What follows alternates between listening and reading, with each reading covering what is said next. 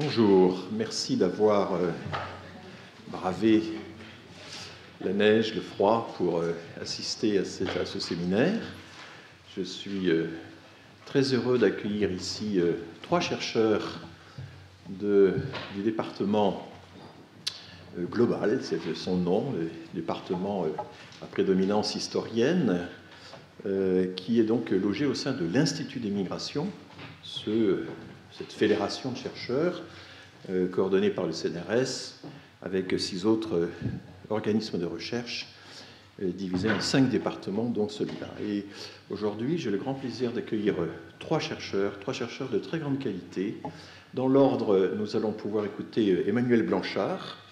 Emmanuel Blanchard est connu pour ses travaux sur l'Algérie, sur l'immigration algérienne. Il a fait une synthèse à la découverte sur l'immigration algérienne que je vous recommande. Il a également écrit, on lui doit également un livre sur les relations de la police française et des Algériens de 1940 aux années 60. C'est un livre qui fait le point sur des questions évidemment très sensibles et très controversées. Son exposé sera suivi par celui de Claire Zalck. Claire Zalck dirige l'Institut d'histoire du monde contemporain à l'École normale supérieure. Elle est directrice de recherche au CNRS, elle est directrice d'études à l'École des études en sciences sociales, et elle dirige le département global de l'Institut des migrations. Donc c'est elle qui nous parlera de ses recherches, notamment sur de certains aspects de la dénaturalisation sous Vichy. Elle vous expliquera de quoi il s'agit. Et nous aurons ensuite un dernier exposé de Laure Blévis, à qui on doit également des recherches tout à fait passionnantes sur la France coloniale, sur, si par exemple vous voulez être surpris, découvrir ce qu'était vraiment le décret Crémieux, le fameux décret Crémieux, qui a accordé d'office la nationalité française aux Juifs d'Algérie. Eh bien, il faut lire les 2 articles qu'elle a publiés et dont vous trouverez aisément la référence en ligne sur le site Kern. Il sera question aujourd'hui des requêtes, des recours. Quelques mots un peu sur ces notions. Au fond, il faut partir de la notion d'ancien régime, qui est celle des suppliques. La supplique, étymologiquement, c'est le fait de se plier, de se mettre en position inférieure, de se mettre à genoux pour supplier le souverain, le pape, c'est une notion religieuse à l'origine, de vous accorder une faveur. Et c'est une grande question de savoir si ce qu'on réclame est un droit ou une faveur. Aujourd'hui encore, il y a des débats parmi les juristes pour savoir si l'acquisition de la nationalité française, par exemple, est un droit ou une faveur. Si le droit au séjour est un droit ou une faveur. Et c'est une question hautement politique. Et bien entendu, un certain nombre de recours ou de requêtes régressent parfois vers la supplique à l'ancienne, dans laquelle on est en position subordonnée pour réclamer son dû.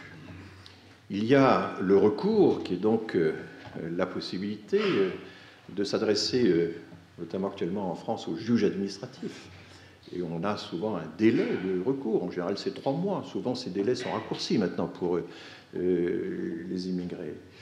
Et il s'agit là de s'adresser à l'autorité administrative pour contester, au nom d'un droit, avec tout un argumentaire, et ceci vous sera expliqué, contester une décision antérieure de justice. Et puis il y a la requête, qui est encore quelque chose de différent. La requête, vous êtes en litige avec quelqu'un, et vous avez le droit de vous adresser à la justice sans prévenir votre adversaire pour contrer ses actions et faire en sorte que votre point de vue soit pris en compte.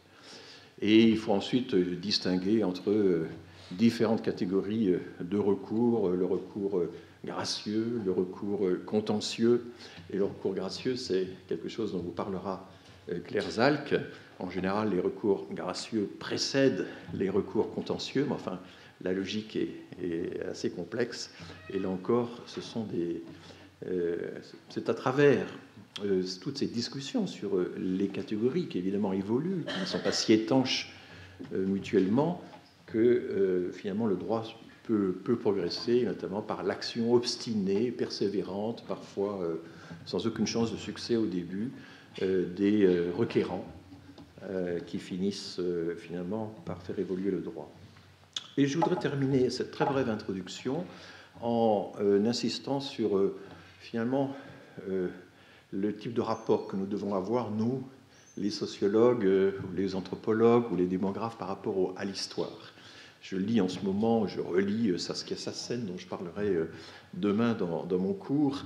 Et Saskia Sassen est une sociologue qui fait beaucoup de références à l'histoire, mais qui étudie seulement l'histoire du Moyen-Âge à l'Ancien Régime, au XIXe siècle, comme une sorte d'illustration pour étayer des thèses sociologiques qu'elle a déjà, en quelque sorte. Je pense que nous devons avoir avec l'histoire un autre rapport, et que l'histoire doit nous apprendre des choses que nous ne savons pas quand on est sociologue. Ça ne doit pas être simplement un réservoir d'illustrations ou d'exemples pour justifier a posteriori nos arguments de recherche. Nous avons des choses à apprendre des historiens, de même que les historiens ont à apprendre évidemment des autres sciences sociales, et je pourrais dire la même chose avec les économistes. Et c'est donc avec cet espoir que je vais maintenant céder la parole à nos trois orateurs, en commençant par Emmanuel Blanchard.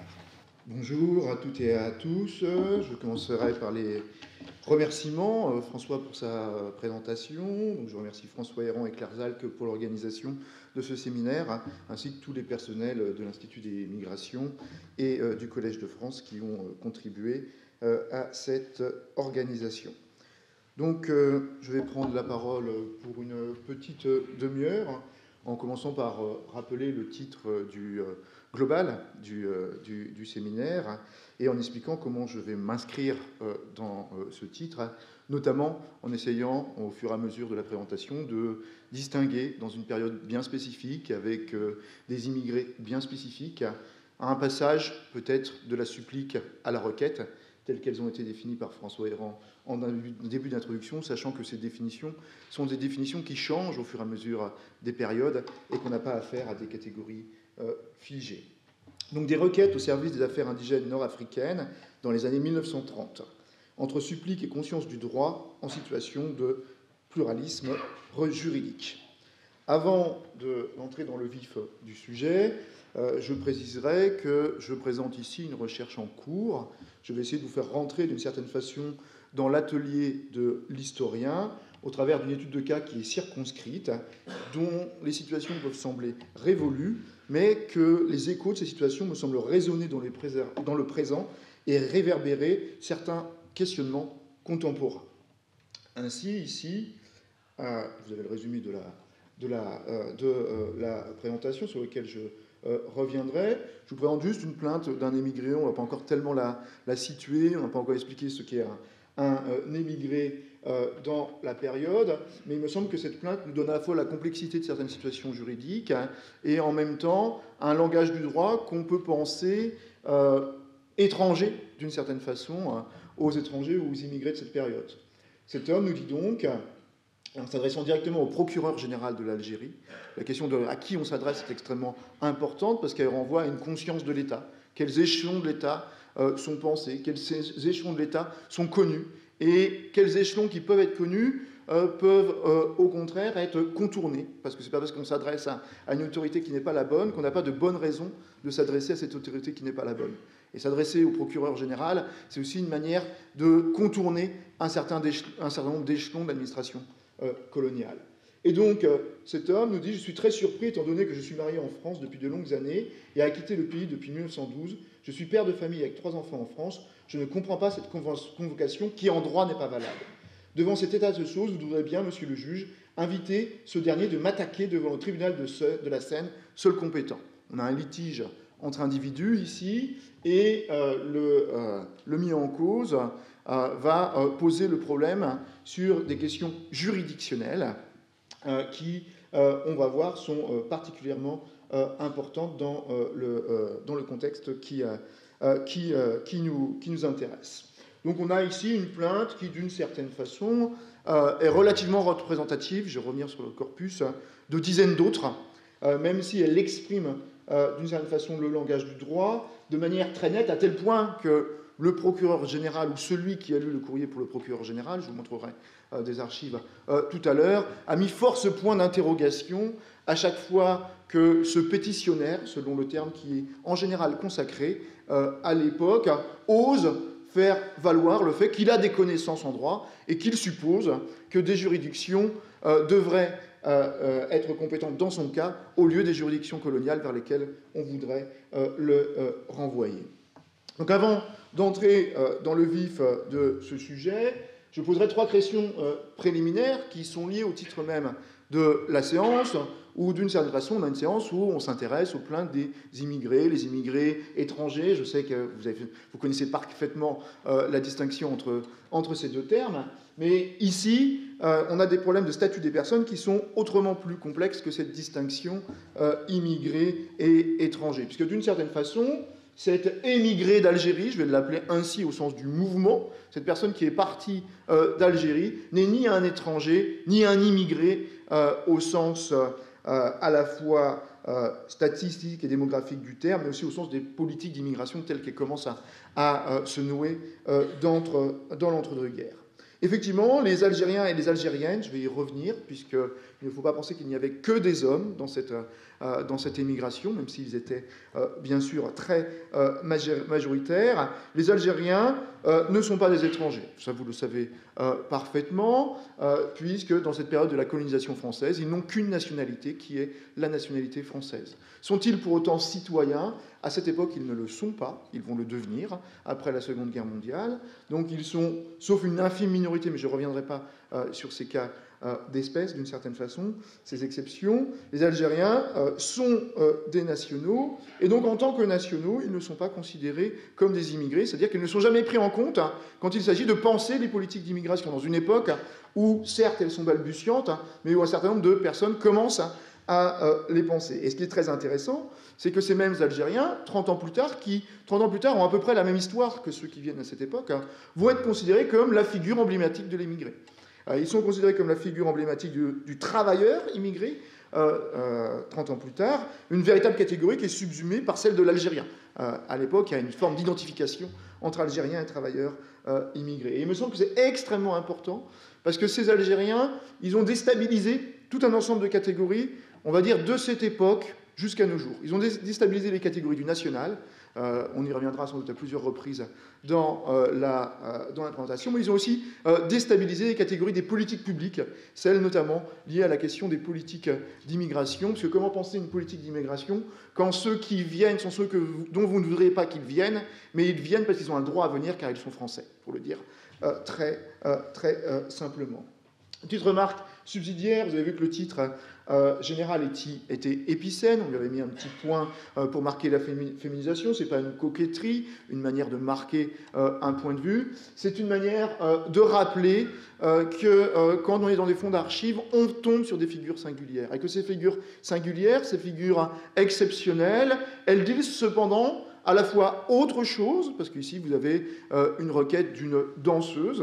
Alors, pour savoir qu'elle est danseuse, on le sait qu'au bout d'un certain nombre de documents, notamment un document des RG, qui va faire une enquête sur cette femme, elle ne se revendique jamais comme telle, donc j'aurais dû mettre des guillemets à danseuse, mais on sait très rarement les métiers exacts des personnes dont je vous parle, mais elle a une requête qui est emblématique de la masse des requêtes que j'ai dans ce fonds d'archives. C'est-à-dire des personnes qui sont mises en cause par des parents qui sont en Algérie. Là, on a affaire à des émigrés, je vais les appeler ainsi, qui sont mis en cause parce qu'ils ne donnent pas de nouvelles. Mais en fait, derrière ne pas donner de nouvelles, c'est rompre le pacte des flux monétaires qui doivent irriguer la famille à partir du moment où les personnes partent en émigration, pour le dire simplement. Et ça, c'est vraiment une des grandes masses des requêtes qui se trouvent dans mon fonds d'archives. Et donc là, d'une certaine façon, elle dit exactement la même chose que beaucoup d'hommes,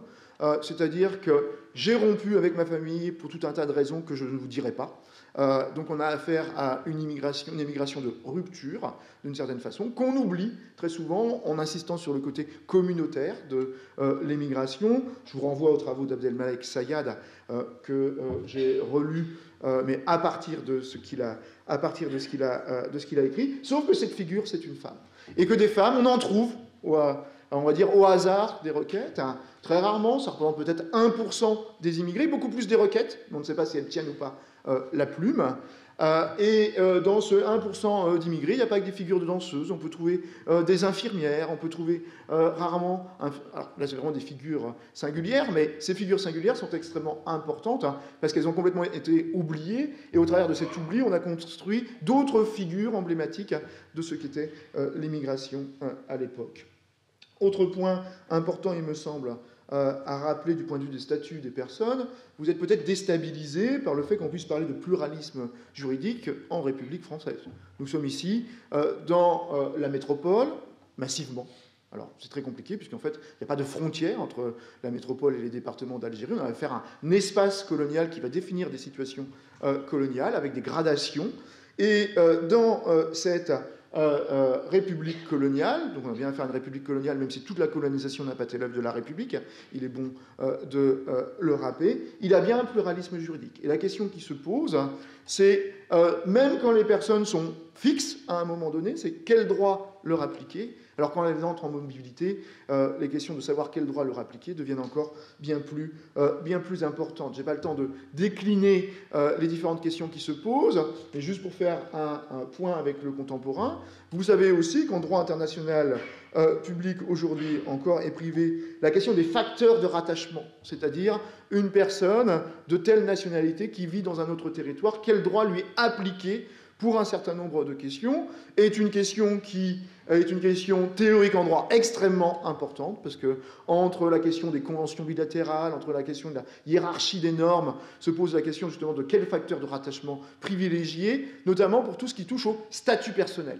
Le statut personnel, c'est ce qui, dans le Code civil, définit notamment la filiation, l'union et les legs, l'héritage, grosso modo, pour le dire très vite. Et le Code civil français, aujourd'hui encore, d'une certaine façon, dans ses silences, est très clair. Il précise très bien qu'un certain nombre de textes de loi s'appliquent aux étrangers. Il précise très bien que le statut des Français, du point de vue personnel, leur est appliqué même quand ils sont à l'étranger, d'une certaine façon. Et il laisse ouverte les lois concernant l'état et la capacité des personnes régissent les Français, même résidant en pays étrangers. Donc si elles régissent les Français, régissent-elles les étrangers? D'où la question des facteurs de rattachement que les juristes doivent essayer de mettre au jour. Et comme nos émigrés, qu'ils soient hommes ou femmes, ressortent d'un statut personnel qui est dit musulman, on l'appellera comme ça, même si c'est avant tout un statut colonial, plutôt qu'un statut musulman, parce qu'il faut bien voir que ces personnes se projettent dans un droit musulman qui n'est pas le droit musulman tel qu'il a été défini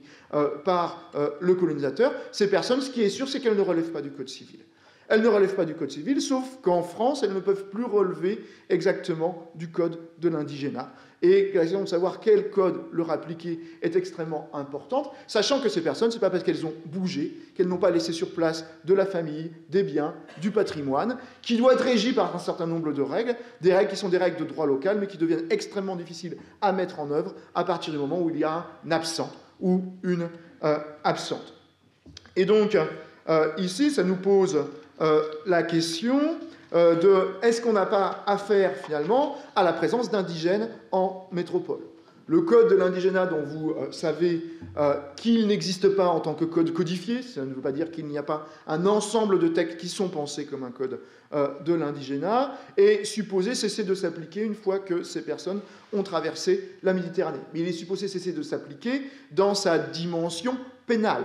Donc une fois qu'elles sont en France, elles relèvent du droit pénal français. Mais dans sa dimension civile, les questions sont bien plus compliquées, notamment parce que ces personnes, elles ont l'outrecuidance parfois de se marier avec des Françaises, des Italiennes, des Polonaises, qui, elles, relèvent du droit civil français, par exemple. Et il devient très compliqué de savoir, par exemple, si ces personnes n'ont pas déjà été mariées. Première chose qu'il est nécessaire de connaître avant d'autoriser le mariage, ou en tout cas de ne pas interdire un mariage, puisque au pays, elles ont pu être mariées, contracter des unions. Alors c'est très compliqué ici, la différence entre l'union, le mariage, parce que ça va emporter des conséquences en termes de répudiation ou de divorce, des unions qui sont inconnues dans les termes du droit civil français, mais qui ont des conséquences très fortes dans la constitution des familles. Et donc c'est aussi pour cela, du fait qu'on a une sorte de présence absence de l'indigénat en métropole, qui est créé au milieu des années 20, un service des affaires indigènes nord-africaines qui est rattaché à la fois à la préfecture de Paris et à la préfecture de la Seine. Je ne reviendrai pas sur les conditions de constitution de ce service. D'une certaine façon, c'est des services comme on en crée aujourd'hui, c'est-à-dire un problème de délinquance se pose, ici un meurtre en 1923, mise en cause au travers d'un cas personnel de l'ensemble de la criminalité nord-africaine. S'il y a une criminalité nord-africaine, il faut bien résoudre le problème. Comment résoudre le problème? On va créer un service, et il y a un contexte qui fait que la création est possible, et donc on voit émerger en métropole un service qui s'appelle le service des affaires indigènes nord-africaines. Si vous voulez en savoir plus sur ce service, je vous renvoie aux éléments bibliographiques ici, et notamment au travail de l'historien états-unien Clifford Rosenberg. Et je vais passer directement à mon deuxième point, c'est-à-dire à une présentation d'un reliquat d'archives. Je vais revenir sur cette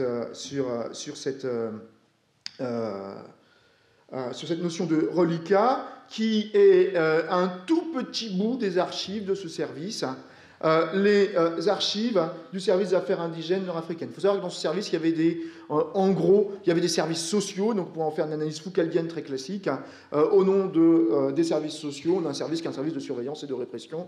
J'ai beaucoup donné dans ce type d'analyse, je ne les renie pas, mais il y a aussi autre chose dans ce service. Dans ce service, il y a donc des services sociaux, des services administratifs et des services policiers. Et il y a des services qui se créent au fur et à mesure et qui n'avaient pas été pensés. Alors, pourquoi je parle ici d'un reliquat d'archives? C'est parce que j'ai été parmi ceux, et on est très rare à l'avoir écrit pour le coup, parce qu'on n'est pas très nombreux à s'être intéressés, qui pensaient que les archives de ce service avaient disparu, comme énormément d'archives coloniales. Si vous vous intéressez à l'Empire britannique, vous avez dû suivre l'ensemble des questions sur les destructions d'archives, par exemple dans le cadre de la colonisation au Kenya, mais il y a toute une historiographie dans l'Empire britannique pour expliquer comment la destruction des archives a été pensée et comment aujourd'hui on voit ressurgir des archives qui ont été supposées avoir été détruites, mais qui tout simplement étaient cachées dans des archives, mais dans des dépôts d'archives qui n'étaient pas ouverts au public. En France, on a une réflexion historiographique sur le sujet qui est beaucoup moins avancée, avec des propos plutôt, on va dire, un peu à l'emporte-pièce sur les archives cachées, etc. Mais un certain nombre d'acteurs de ce service avaient dit après-guerre avoir détruit les archives au moment de l'arrivée des Allemands à Paris.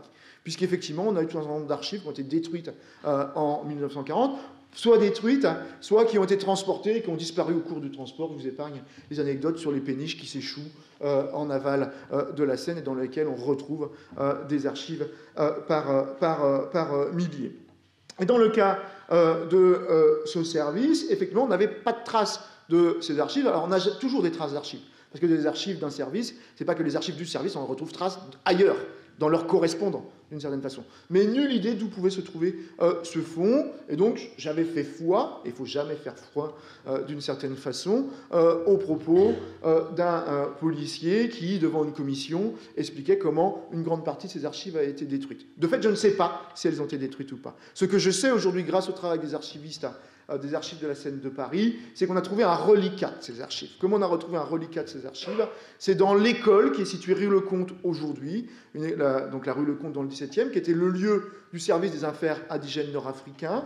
Dans cette école, dans le cadre d'un travail de collecte des archives des écoles primaires de la ville de Paris, un professeur des écoles qui refuse obstinément de me parler a signalé aux archives de Paris qu'il y avait autre chose au grenier qui pouvait intéresser les archives de Paris, puisqu'il avait vu un reportage à la télé sur les Algériens en France et qu'il lui semblait qu'il y avait des papiers qui relevaient de ces Algériens. Sauf que ces papiers, ils étaient au milieu des déjections de pigeons et c'était quelques sacs éventrés. Quelques sacs éventrés que, selon toute probabilité, ont échappé au déménagement. C'est-à-dire que dans le déménagement, il y aurait eu, c'est une hypothèse, oubli de quelques sacs. Et l'oubli de ces quelques sacs, c'est des sacs du service des interventions. Un service qui n'avait pas été pensé à l'origine. J'ai du mal à tracer son histoire, puisqu'on n'a pas les archives du service, comment retracer leur histoire. Mais on voit bien qu'il y a un moment où l'afflux de requêtes, et ces ingénieurs avaient été pensés comme des personnes qui se déplacent, qui viendraient au service, et non pas comme des personnes qui écriraient. L'afflux de requêtes entraîne la constitution d'un service spécifique, qui est ce service des interventions. Et c'est ce reliquat d'archives que je travaille en allant complètement en rebours de ce qui avait été ma tradition historiographique jusqu'à maintenant, c'est-à-dire essayer de poser des questions et de trouver les cartons pour répondre à mes questions. Là, je me suis dit, ce fond, il est suffisamment intéressant pour que je lui adresse les questions qui lui permettent de le faire parler. Vous avez ici quelques éléments sur ce fond. C'est un reliquat, puisque, grosso modo, la numérotation nous dit que, en gros, 4600 dossiers ont été ouverts à partir du moment où le service a été constitué. Il y a des dossiers qui datent de 1928, mais ils ont pu passer d'un service à l'autre. C'est-à-dire que quand un service se constitue, il va chercher des dossiers dans un autre service et il peut les numéroter. Alors, je ne rentre pas dans les détails, mais ça veut dire qu'on avait une activité administrative relativement intense, puisque, grosso modo, chaque mois, 100 à 150 requêtes au cours des années 1930 étaient analysées par ce service. Alors, un dossier relativement basique ressemble à ça. Hein. Parfois, on a juste un papillon. Parfois, on a des dossiers très épais. On a véritablement des choses très différentes et des choses qui ne sont absolument pas normalisées, ce qui est très complexe pour l'historien, notamment quand vous voulez mettre en série des archives qui ne sont pas normalisées.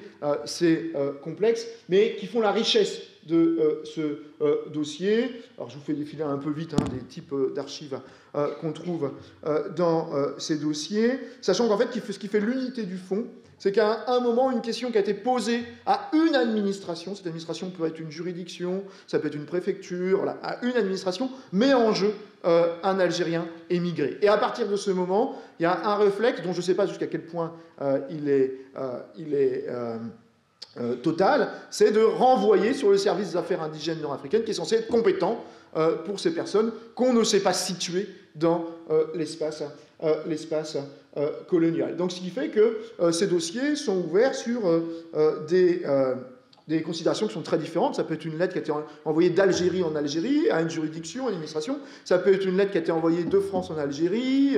Ça peut être aussi une visite au service. Environ un tiers des dossiers ont été ouverts au cours d'une visite au service. Et donc, moi, ce que j'ai fait, c'est que j'ai essayé d'analyser, de mettre en série, de faire des comptages statistiques sur à peu près 650 de ces requêtes. C'est un échantillon 1 sur 2, je ne vous explique pas comment je l'ai construit exactement. J'ai lu l'ensemble des dossiers plusieurs fois pour arriver à la possibilité de faire cet échantillon. Et cet échantillon nous permet déjà de savoir ce que demandent les pétitionnaires. Je parle ici de demandes au sens très large, puisque ces demandes, je vais essayer ensuite de les catégoriser à la fois par leur objet et par la façon dont elles sont formulées. La façon de formuler, ça peut être une plainte, ça peut être une pétition, c'est très rare, mais ça arrive, pétition au sens collectif du terme, et non pas au sens du pétitionnaire. Ça peut être une supplique, ça peut être une requête, mais là, c'est moi qui vais catégoriser ainsi à partir de ce que j'ai analysé. Et donc, grosso modo, je ne peux pas vous donner des pourcentages très précis, puisque je n'ai pas fini de recatégoriser l'ensemble de ce que j'ai pris. Alors, quel est l'objet de la demande? Finalement, les objets ils sont extrêmement singuliers, et ensuite, il faut mettre en catégorie ces objets. J'en ai construit un certain nombre, mais j'en suis pas encore au point où je peux vous donner des détails très précis. Mais ce qui est sûr, c'est que dans ce massif archivistique, il y a 4 types de demandes qui ressortent, à peu près à part égale. Ce sont les 4 types de demandes que vous avez ici sous les yeux. Et donc, ce qui est extrêmement important ici, c'est que d'une certaine façon, la plupart des demandes ne font pas grief à l'État. Ce ne sont pas des demandes qui font grief à l'État, ce sont des demandes qui demandent à l'État d'arbitrer. On a un État ici qui est perçu avant tout comme un État arbitre, et c'est très important de voir que, bien sûr, quand je suis dans ce fonds d'archives, je n'ai pas l'ensemble des circuits de la négociation et du conflit qui se nouent autour d'un héritage, autour d'une dette. Et l'État n'est qu'un circuit de résolution des conflits parmi d'autres. Ça, je le sais très bien. On voit le rôle de Djemma en Kabylie, par exemple, qui sont reconstitués en partie dans l'émigration. Le rôle, on va les appeler de notables pour dire très vite, le rôle de religieux. Mais il y a un circuit qui peut être emprunté à un certain moment, c'est de faire appel à l'État pour résoudre ces conflits, qui sont tous des conflits financiers. Derrière toutes ces catégories, on a affaire à des conflits financiers. Abdelmalek avait Maët Sayad avait très bien montré comment, derrière les échanges de courriers ou de cassettes, il s'était intéressé à des échanges de cassettes, notamment, on avait affaire à des échanges économiques, en fait. Et donc là, on est dans le domaine de l'échange économique, et il faut moins aller y chercher des singularités qu'aller chercher une économie des échanges en situation d'émigration et en situation coloniale. Et donc, c'est finalement assez rare que les agents de l'État soient saisis pour un tort subi lié à ces agents, sauf en matière d'imposition, où là, il y a des choses extrêmement complexes, parce que se trouve classiquement le phénomène de la double imposition. Est-ce que quelqu'un qui est émigré en France doit continuer de payer pour le lopin de terre qu'il détient ou pas, sachant que comment marche l'administration coloniale française, elle considère que tous ces lopins sont détenus collectivement et fait payer celui qui a de l'argent dans ceux qui sont considérés comme les détenants collectivement. Sauf que celui qui a de l'argent peut dire, mais ce lopin, il n'est pas à moi, il est à tel ou à tel. Et donc là, on a des résolutions, des conflits extrêmement importants. Sachant qu'ici, on a affaire à une immigration de paysans. Les histoires qui sont importantes ici, c'est des histoires de figues, d'oliviers, de mariages, de terrain, avec la question des bornages de terrain, etc. Voilà, c'est vraiment... Et donc, on demande à l'État d'être une des instances qui, à un moment, vient arbitrer des conflits qui sont extrêmement nombreux, parce que cette société algérienne, et en particulier kabyle, puisque 90% des courriers que j'analyse ont pour lieu central la Kabylie. C'est une société qui est plurielle et qui est traversée de multiples conflits, et des conflits qui ne se résument pas aux conflits de fractions tels qu'ils sont analysés par l'État colonial. Donc dans les 5 dernières minutes qui me restent, je vais essayer de vous présenter comment on passe de la supplique à la requête et vice-versa. Le vice-versa, ici, renvoie au fait, j'ai juste fait là 2 petites focales archivistiques, sur la plainte d'un émigré au procureur général de l'Algérie, encore lui, mais ce n'est pas la même plainte que la précédente, où je vous adresse ma plainte pour faire valoir ce que j'aurais droit. Alors j'ai respecté l'orthographe, etc., qu'il ne faut surtout pas exotiser. Je vous renvoie à la lettre de Jean-Pierre Timbaud, la dernière lettre à ses parents, au moment, juste avant qu'il soit fusillé. Lettre dont l'orthographe a très longtemps été cachée, justement, pour occulter ce qu'était effectivement la formation linguistique et orthographique d'un enfant du peuple des années 30. Et donc on a une orthographe, les femmes de ces Algériens écrivent exactement de la même façon que ceux qui tiennent la plume, sachant qu'en général je ne sais pas qui tient la plume, et c'est un des problèmes. Et je dis de la supplique à la requête et vice-versa, puisqu'effectivement on pourra avoir une forme de mouvement historique où le suppliant se transforme peu à peu en requérant par intégration de la conscience du droit et aussi du fait de l'évolution des statuts qui font que la colonisation, au fur et à mesure des décennies, va quand même accorder un certain nombre de droits. Cette période de l'entre-deux-guerres n'est pas une période immobile. Une grande partie du code de l'indigénat tombe, par exemple, dans les années 30, et les administrateurs de communes mixtes perdent une grande partie de leur pouvoir.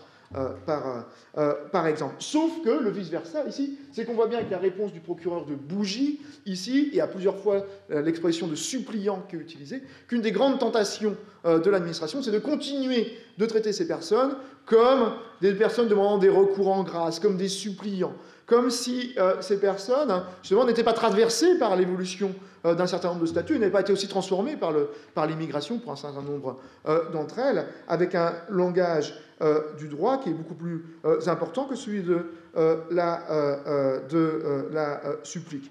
Ainsi, dans la façon dont j'ai essayé de catégoriser jusqu'à maintenant, je trouve, et ça dépend effectivement bien sûr des propriétés sociales des personnes, la supplique est emblématique dans le cas de la veuve, par exemple, et on a un certain nombre de courriers de veuves qui sont extrêmement importants, parce que c'est celles qui n'ont plus aucun soutien de famille et qui doivent attendre leur secours de l'État. Et donc elles s'adressent à l'État, mais en général sur ce mode de la supplique. Mais globalement, pour vous donner un ordre de grandeur, c'est quand même 2 fois plus de langage de la requête que de la supplique, sachant qu'il est très difficile d'historiciser en période, sur une période aussi courte, avec l'échantillon que j'ai à ma disposition. Mais là où c'est intéressant, c'est que se départir de la supplique, qui est cette noblesse des misérables, comme l'écrit Michele Spano, quelqu'un qui a travaillé notamment avec Simona Ceruti, parce que comme l'a dit François Héran tout à l'heure, ici on a affaire à un domaine historiographique foisonnant à propos de l'époque moderne. Il faut rompre avec l'idée de la supplique comme écriture de soi, parce que ce qu'on va très souvent chercher dans l'écriture de la supplique, c'est ce que disent les personnes d'elles-mêmes.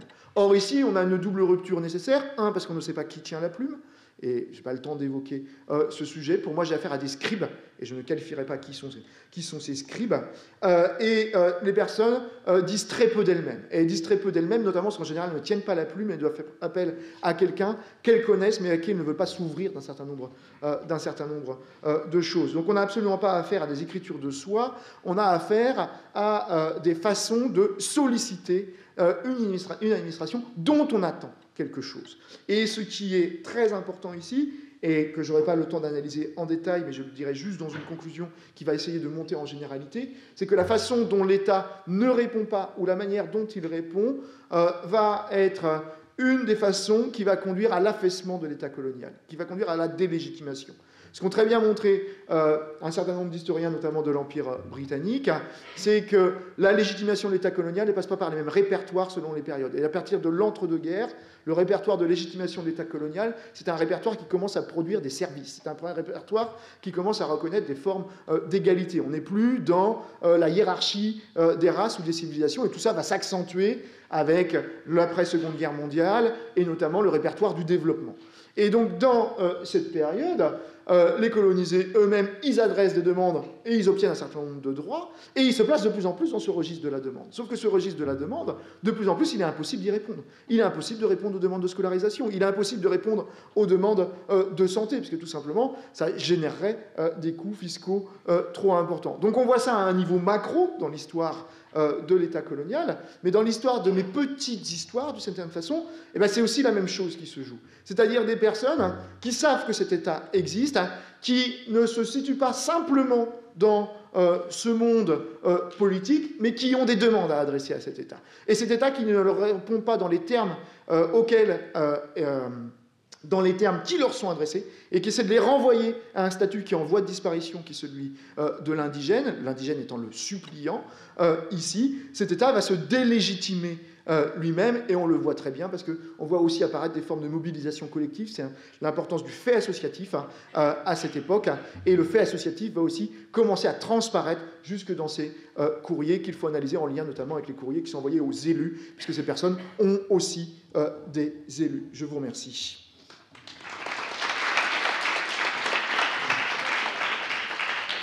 Merci Emmanuel pour cette passionnante présentation. Nous aurons une discussion à la fin, après les trois exposés. Donc je cède la parole tout de suite à Claire Zalck. Oui, bonjour, merci à tous, merci à François, et puis aussi à Antonin Durand, qui est coordinateur du département et qui nous a aidé à monter cette séance sur les réclamer son droit. Donc là, on va passer à un autre contexte, qui est celui de Vichy, et donc ça va pouvoir aussi, je pense, donner à penser sur cette rupture ou cette continuité de Vichy dans le traitement de la question des étrangers. Je vais donc parler des réactions face à la politique de dénaturalisation menée par l'État français, sur laquelle je vais revenir brièvement pour vous donner un petit peu quelques éléments de contexte. C'est une loi qui est la loi du 22 juillet 1940 qui va décider, je vous l'ai reproduite ici dans son intégralité, de réviser l'ensemble des naturalisations accordées depuis le 10 août 1927. Et alors je vais revenir sur cette loi, mais c'est très rare en fait les voix qui s'élèvent à l'annonce des dispositions de cette loi du 22 juillet 40. La presse muselée sous Vichy ne se fait l'écho d'aucune protestation. Je n'ai pas trouvé de trace de contestation publique de la mesure. Mais en revanche, ce qui est vraiment intéressant, c'est que les contestations, elles viennent des individus qui vont être touchés par la mesure. Et il est important, me semble-t-il, d'étudier les modalités de ces contestations, l'argumentation qu'elles opposent, les mots qu'elles utilisent et l'identité des personnes qui les portent, afin un peu de renverser la perspective, centrée, et c'est un peu le thème de cette séance, sur une simple étude des décisions politiques, des applications politiques, de la mise en œuvre des lois, Mais ici, il s'agit plutôt de voir, par le dossier d'archives, et c'est ce qu'a très bien montré Emmanuel, quelles sont en fait les velléités de résistance individuelle à la loi, la variété des manières de contester les retraits de nationalité, mais également les modes de revendication de son appartenance nationale, puisqu'il s'agit, pour ces personnes qui contestent, de dire « je suis un bon Français » ou « je suis une bonne Française ». C'est pour ça que je peux parler de grammaire de francité. Et puis, d'abord, il y a un fort pouvoir émotionnel, évidemment, parce que les enjeux sont dramatiques dans ces face-à-face avec l'administration sous Vichy, qui se jouent donc pour l'essentiel sur le terrain épistolaire. Il s'agit vraiment d'échanges de lettres, puisque rappelons que pour les Juifs, la perte de la nationalité expose grandement à la déportation. Donc je reprendrai la phrase d'Arlette Farge qui dit « À travers le discours, des vies se jouent en quelques phrases et le risque de la réussite ou du malheur se prend à travers des mots », ce qui explique aussi la difficulté de l'historien à se positionner vis-à-vis de ce corpus aux enjeux donc si importants. Alors, en préliminaire, je voudrais donc vous donner une très brève histoire des retraits de nationalité pour que vous ayez un cadre de ce travail. La dénaturalisation, donc, c'est une loi, j'ai mis loi entre guillemets parce qu'il n'y a pas vraiment de loi à partir du 10 juillet 1940, puisque depuis que Pétain, les pleins pouvoirs ont été votés à Pétain, il n'y a plus de Parlement, donc les lois ne sont pas votées, et donc c'est plutôt un décret-loi qui est donc pris par le gouvernement de Vichy. Vous voyez, 10 juillet 40, vote des pleins pouvoirs, 22 juillet 40, la loi de dénaturalisation, c'est une des premières mesures prises par le gouvernement de Pétain. Alors, deux choses. Elle revient évidemment et elle est en contradiction avec le droit républicain dont a parlé tout à l'heure Emmanuel et dont va parler Laure après, puisque nous sommes ici dans deux principes qui contreviennent à ce droit républicain. Tout d'abord, c'est un droit rétroactif. Or, normalement, le droit ne peut pas être rétroactif. On va revenir sur des mesures qui ont été accordées. Autrement dit, on va revenir sur les naturalisations qui ont été accordées. Première chose. Deuxième chose, il n'y a pas de recours, justement, devant une autorité administrative. Vous voyez, c'est très très rare, une loi qui peut tenir entièrement sur une slide, sur une diapo. Normalement, les lois, c'est un peu plus long, il y a plein de procédés, de recours, de ceci et ça. Là, il n'y a rien. Il y a un, on va réviser toutes les naturalisations. Deux, pour cela, on va mettre en place une commission de révision. Trois, le retrait peut être étendu à la femme et aux enfants d'intéressés. Alors, que fait l'historien vis-à-vis de ça? Lorsqu'il voit une voie où, comme vous voyez, il n'y a aucune cible. On ne donne pas de motif, on ne sait pas qui est visé par cette loi. Il n'est pas mentionné ni de juifs, ni de mauvais français, ni de questions de loyauté. On va juste réviser tout le monde. Donc l'historien a un peu de mal à essayer de comprendre qui sont les cibles de cette politique. Dans ces cas-là, l'historien normal ou l'historienne normale va voir quoi? La commission, pour savoir comment elle a travaillé. Alors là, on a un petit problème. C'est que les archives de cette commission ont disparu. Et malheureusement, je n'ai pas trouvé dans des greniers et au milieu des pigeons rien sur cette commission. J'ai pourtant cherché pendant très très longtemps, moi et d'autres, et jamais les archives n'ont été retrouvées. Et cette photo explique sans doute cela. André Mornay, vice-président de la commission de révision des naturalisations, est nommé par De Gaulle, juste dès 1944, procureur général au procès Pétain, et c'est lui qui va être en charge de toute l'épuration de la magistrature. Vous comprenez bien qu'il n'a pas intérêt à laisser traîner forcément les archives de la commission dans laquelle il a servi de septembre 1940 à mai 1944. Tout ça pour vous expliquer qu'il n'y a aucune archive de cette politique, à part, pour cela, il faut rentrer dans les dossiers eux-mêmes. Les dossiers vont, dans chacun des dossiers qui ont été rouverts par l'administration, avoir ces petits papillons, vous pouvez voir là, qui sont accrochés à la couverture du dossier et qui vont donner donc l'avis de la commission, retrait, maintien, enquête. Vous voyez, donc là c'est la commission de révision des changements de nom au premier plan. On a la commission de révision des naturalisations au-dessus. Parfois, on a un peu plus de chance avec des petites feuilles qui sont laissées par les rapporteurs de la commission. Comme vous voyez, Eşkenazi, turc. Là, le rapporteur se demande, est-il israélite? Israël, deux points d'interrogation. Et donc, on a énormément de sources, mais le seul petit souci, c'est que ces sources sont à l'intérieur de dossiers et que ces dossiers, il y en a 250 000. Puisqu'on peut estimer entre 250 et 280 000 dossiers qui ont été ouverts par la commission de révision des naturalisations, ce qui vous donne à voir aussi l'ampleur de la mise en place de cette politique. Pour un nombre de personnes, comme ces dossiers sont familiaux, dénaturalisables, de entre 800 000 et 1 million, c'est juste pour que 950 000, j'ai mis, pour vous cadrer un petit peu l'ampleur de la politique. Et au final, 15 000, environ 15 000, je pourrais revenir sur ces chiffres, retraits de nationalité. Alors, comment ça se passe? J'ai voulu commencer, mais bon, je vois que le temps file, par vous montrer justement la source principale dans laquelle on trouve les recours, qui sont donc ces fameux dossiers de naturalisation.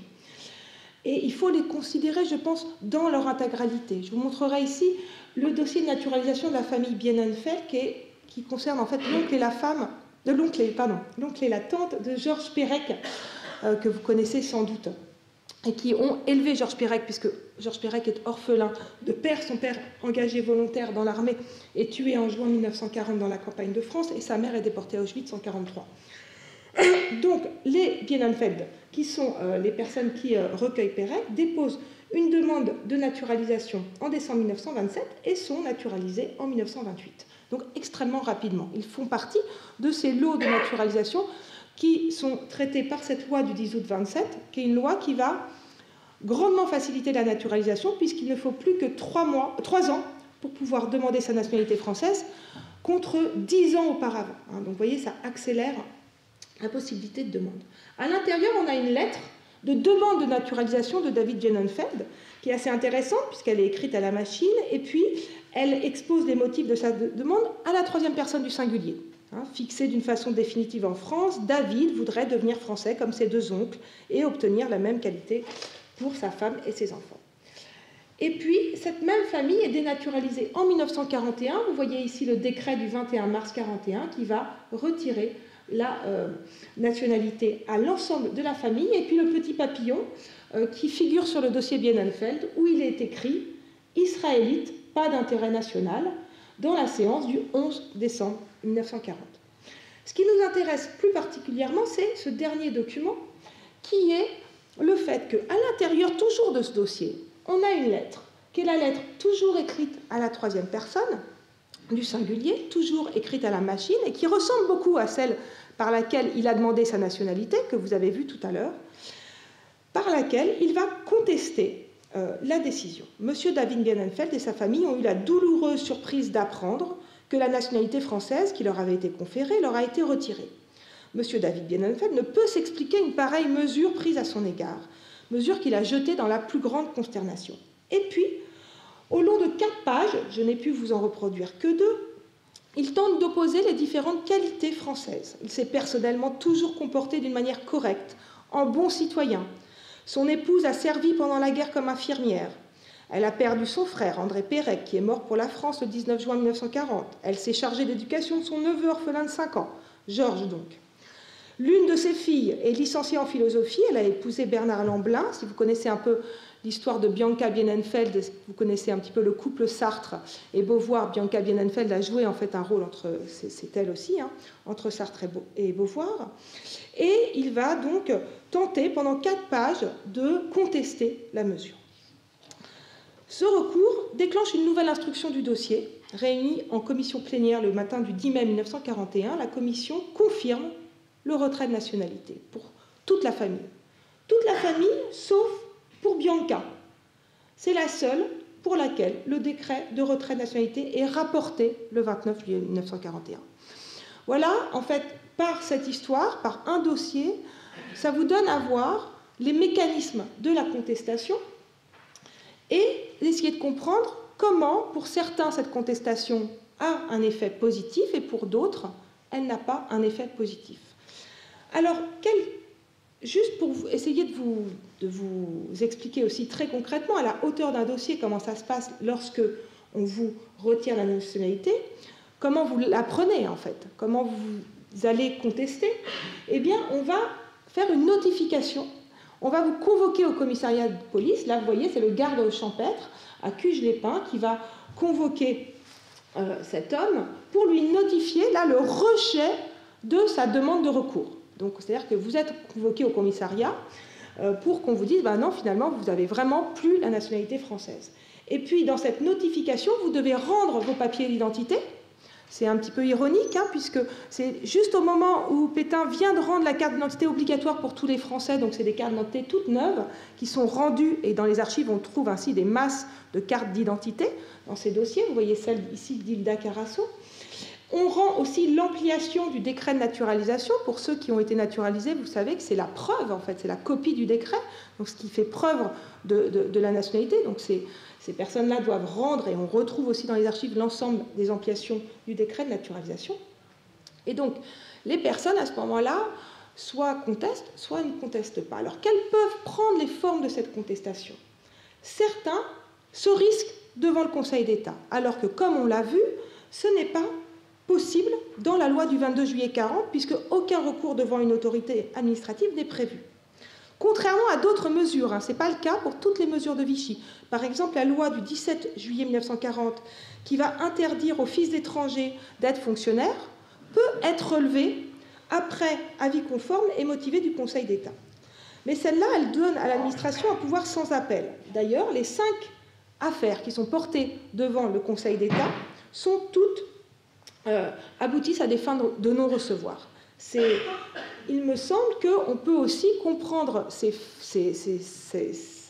opposition du Conseil d'État si on se rappelle qu'il y a une grande perméabilité entre la commission de révision des naturalisations, dirigée par Jean-Marie Roussel, conseiller d'État, dont le vice-président, on a parlé, c'est André Mornay, qui vient de la Cour de cassation, et l'autre, deuxième vice-président, Raymond Bacquart, est aussi conseiller d'État, et que dans les séances que j'ai pu consulter, où on va essayer d'étudier les recours, en fait, siège, par exemple, Raymond Bacquart. Donc celui-là même qui siège à la commission de révision des naturalisations. Donc vous voyez bien que la perméabilité des institutions n'aide pas au fait que ces recours puissent aboutir à quelque effet. Ce qui fait que c'est donc une procédure de révision à titre gracieux des dénaturalisations qui est mise en place le 21 mars 41. Je vous rappelle que la loi, c'est le 22 juillet 40. Alors pourquoi? Parce qu'il y a eu des erreurs, en fait, des erreurs, entre guillemets, mais dans le premier lot de dénaturalisation, premier décret du 1er novembre 1940, un décret très important, eh bien, il y a eu tout un ensemble de proches de Vichy qui ont été dénaturalisés. Par exemple, Georges Montandon, qui est connu comme ethnologue au Musée de l'Homme, né en Suisse, fervent partisan de thèses racistes et antisémites, qui dirige l'Institut d'études ethno-raciales, eh bien, il est dénaturalisé. Ou alors, de l'autre côté, Angelo Tasca, qui lui est cofondateur du Parti communiste italien et qui est aussi dénaturalisé. Et qui est quand même une sommité à l'époque, notamment, je vous rappelle qu'en 1940, il y a encore... les communistes sont interdits en France, mais ils essayent à ce moment-là notamment de il y a tout un ensemble de personnes qui sont proches de Vichy, qui sont proches aussi du Parti communiste et socialiste, qui vont tenter de lutter pour que Tasca, avec d'ailleurs succès, soit renaturalisé comme Georges Montandon. Mais du coup, il y a un petit peu un vent de panique à Vichy en se disant c'est pas possible, on a dénaturalisé sans regarder, etc. Donc il faut qu'on puisse revenir sur la décision. Et du coup, loi du 21 mars 1941, qui va instaurer une procédure qui va donc être étudiée par la même commission qui dénaturalisait. C'est pour ça qu'on parle de recours gracieux dans ces cas-là. Ce n'est pas une autorité indépendante, c'est la même institution qui examine les recours gracieux. Alors juste un petit graphique quand même, parce que François aime bien ça, donc je en ai fait un, pour qu'ils soient contents. Je l'avais fait avant. C'est pour vous montrer les rythmes des recours devant la commission de révision au cours de la période. Vous voyez qu'il y a d'abord, ce qui est intéressant, c'est qu'au début, dans l'année 1941, il y a beaucoup de personnes qui vont contester. Plus de 50% des décrets qui vont être contestés. C'est donc extrêmement important. Je vous rappelle qu'on est quand même dans un pays qui est dans un état autoritaire, etc., que c'est des personnes qui sont fragilisées, et il y a quand même énormément de contestations. Mais très rapidement, ces contestations décroissent, linéairement quasiment, tout au long de la période 1941, 42, 43, 44. Alors, il y a 2 facteurs pour expliquer cette décroissance. La première interprétation, c'est que l'urgence, à mesure que commencent, notamment en 1942, les déportations massives, les arrestations, l'urgence pour les nombres de dénaturalisés, c'est d'échapper aux persécutions. Or, contester, c'est s'exposer. Et donc, de moins en moins, il est intéressant de contester, parce que contester, c'est avoir une enquête et un examen de la situation, et donc là, ça devient évidemment tout à fait dangereux. Une autre chose, c'est aussi que les personnes, et ça sera très important dans la deuxième partie de mon exposé, s'adaptent aux pratiques de la commission. Or, seuls 7,5% des recours aboutissent à un retrait du retrait. On appelle ça le retrait du retrait, c'est-à-dire à une renaturalisation. contrairement à ce qu'affirme d'ailleurs Roussel, hein, parce que Roussel, le président de la commission à la Libération, a dit les nombreux recours qui ont été introduits, dans ces nombreux recours, beaucoup ont reçu satisfaction. Donc beaucoup pour lui, 7,5%, vous voyez que ce n'est pas exactement le cas, 92,5% des retraits, des demandes de recours ont été donc, la commission confirme son avis et donc les personnes sont dénaturalisées. Mais ces 7,5% ne sont pas linéaires là aussi. Au départ, en 1941, c'est 22% de oui, et à la fin, on est moins de 5%. Et c'est comme si aussi les personnes, parce qu'il n'y a pas que des juifs parmi ces dénaturalisés là, s'adaptaient au fait que finalement contester ne sert à rien. Et qu'on voit là que dans les recours, et il me semble que dans cette question des stratégies argumentatives mises en place, il y a aussi essayé de comprendre non seulement la conscience de l'État, la conscience du droit, mais aussi la conscience de l'application du droit. Et que quand les personnes voient que demander que la mesure soit réexaminée ne sert absolument à rien, ben on arrête de demander. Et je pense que c'est aussi comme ça qu'il faut le lire. Ce qui me permet d'arriver aux formes de la supplique. Alors, comme l'a dit Emmanuel, la question c'est qui écrit toujours. Et là, ce document est intéressant pour vous montrer que ces suppliques ont des formes variées. Elles sont porteuses de stratégies discursives, bien évidemment. Ici, vous voyez que le premier courrier, écrit par Jean Alberto, nommé Giovanni dans le décret qu'il dénaturalise le 28 mars 1942, est peu soucieux de la forme. Il est adressé au ministre de la Justice, il est enregistré le 19 mai 1942, et vous voyez, là, je ne reviens pas sur les questions d'orthographe, hein, alors je ne sais pas si vous voyez, mais je vais vous le lire. J'ai l'honneur de m'adresser à votre Excellence pour vous exposer que je suis en France depuis 1911, j'ai élevé dans l'honneur 4 enfants, je n'ai jamais eu de contravention dans ma vie. Né en 1899 à Chiusa Pesio, Italie, naturalisé français, je viens d'être déchu de ma naturalisation de français. Rien ne m'aurait fait plus de la peine, car, entre parenthèses, car j'aime la France, point d'interrogation. Je pense, Monsieur le Ministre, que vous allez faire tout votre pouvoir pour réviser mon dossier, DO avec un accent circonflexe SIER, et si possible me donner satisfaction. Je vous prie de croire, Monsieur le Ministre, à mes respectueuses salutations. Le courrier donc tient sur une page, il est tapé à la machine, il est signé à la main, comme vous pouvez le voir, et puis il n'y a aucune réponse. Un mois après, le même renvoie une autre lettre, sous cette forme-là, signée par la même signature, Jean Alberto, 17 juin 1942. Vous voyez que c'est tout à fait différent, là. La stratégie est différente, la lettre est rédigée à la main, d'une écriture souple, enlevée, illustrant une aisance certaine dans la relation à l'écrit, tant dans la forme que sur le fond de sa prière. Je ne vais pas vous la lire en entier, mais je vais vous en lire quand même quelques passages. Celle-là s'adresse au maréchal Pétain directement. Monsieur le maréchal, vous daignerez pardonner, j'en suis convaincu, à un père de famille, bon citoyen et bon soldat, de faire appel à votre générosité de cœur, à votre haut esprit de justice, afin d'empêcher que soit prise contre lui une mesure que rien ne justifie, etc. Il va décliner les différents états de fait qui, à ses yeux, font de lui un bon Français. Je me permets de vous demander très respectueusement, très humblement, Monsieur le Maréchal, de bien vouloir faire vérifier si j'ai un passé de travail et d'honneur ou non, si vraiment je mérite ou non d'être un citoyen de la grande et belle France. Je n'ai jamais rien fait pour démériter.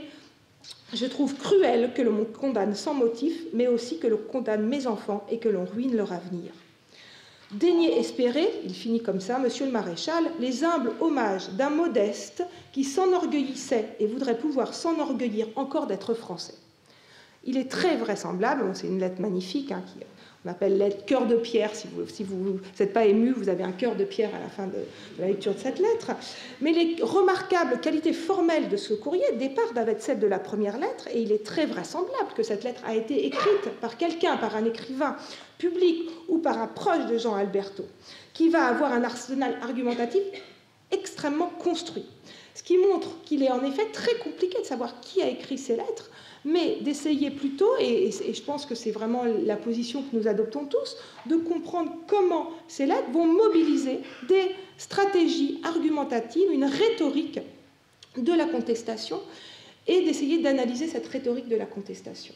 Alors, il me reste peu de temps, je vais essayer d'aller rapidement sur les différentes grammaires de cette rhétorique de la protestation. La première chose qui est tout à fait intéressante, c'est qu'il faut vous rappeler que comme cette loi n'a pas de motif, il s'agit pour les dénaturalisés de se défendre d'accusations inconnues. On ne sait pas de quoi on est accusé.